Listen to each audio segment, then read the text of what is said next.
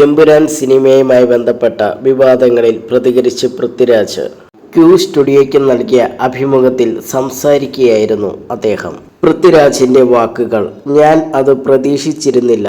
ആളുകളെ എന്റർടൈൻ ചെയ്യാൻ വേണ്ടി മാത്രമാണ് ആ സിനിമ ചെയ്തത്. ആ സിനിമയിൽ നിന്നും ഞാൻ ഉദ്ദേശിക്കാത്ത വിധത്തിലുള്ള വ്യാഖ്യാനങ്ങളും ഉദ്ദേശിച്ച വ്യാഖ്യാനങ്ങളും ഉണ്ടായി. അതിന് ഞാൻ കണ്ടിട്ടില്ലാത്ത അർത്ഥങ്ങൾ കൊടുക്കുകയും ചെയ്തു. അത് കുഴപ്പമൊന്നുമില്ല. ഒരു സിനിമ തിയേറ്ററിൽ റിലീസായ ശേഷം പ്രേക്ഷകൻ അത് കണ്ടിട്ട് എന്താണ് തോന്നുന്നത്, അതാണ് ആ സിനിമയുടെ അർത്ഥം. ഞാൻ ആ സിനിമയിൽ ഇങ്ങനെ ഉദ്ദേശിച്ചു എന്ന് പറയുന്നതിൽ ഒരു പ്രശസ്തിയുമില്ല. ഞാൻ ഉദ്ദേശിച്ചതാണ് പ്രേക്ഷകർക്ക് കിട്ടിയെങ്കിൽ സന്തോഷം. അല്ലെങ്കിൽ ഒരു ഫിലിം മേക്കർ എന്ന നിലയിൽ അത് എൻ്റെ പരാജയമാണ്. അത് ഞാൻ അംഗീകരിക്കണം.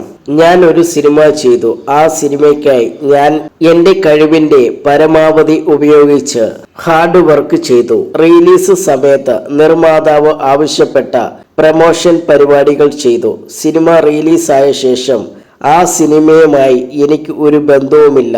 എൻ്റെ 3 സിനിമകളിൽ നിന്നും ഞാൻ ഒരുപാട് കാര്യങ്ങൾ പഠിക്കുകയും ഒരുപാട് കാര്യങ്ങൾക്ക് അഭിമാനം കൊള്ളുകയും ചെയ്തു.